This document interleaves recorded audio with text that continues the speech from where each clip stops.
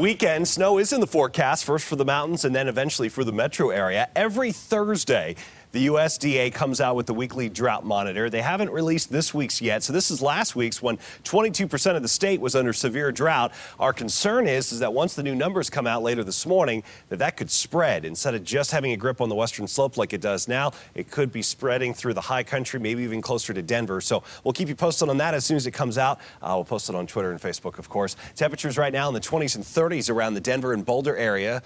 We've got 24 in Fort Collins, 13 in Greeley. So there is still some really cold air to be found out there. But look at these highs for later today. 60s out on the plains. How about 65 in Burlington? We should reach about 60 or so here in the Denver area, and then mid-50s up around Fort Collins, Loveland, and Greeley. In the high country, plan on 30s and 40s for highs. And then here's the map for tomorrow. The warming trend continues. It's possible some metro neighborhoods could top out at 70 degrees tomorrow.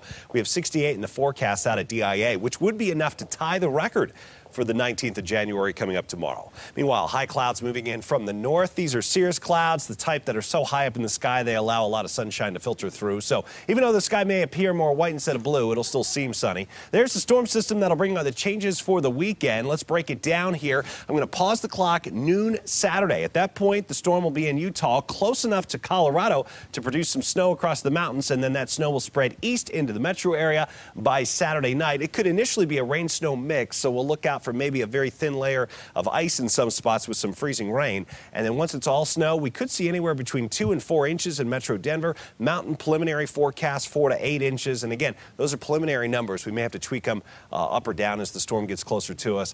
68 tomorrow and then down to 34 with that storm on Sunday. So yeah, it's going to turn colder, Andrea, but nothing like the frigid air that we had earlier this past week.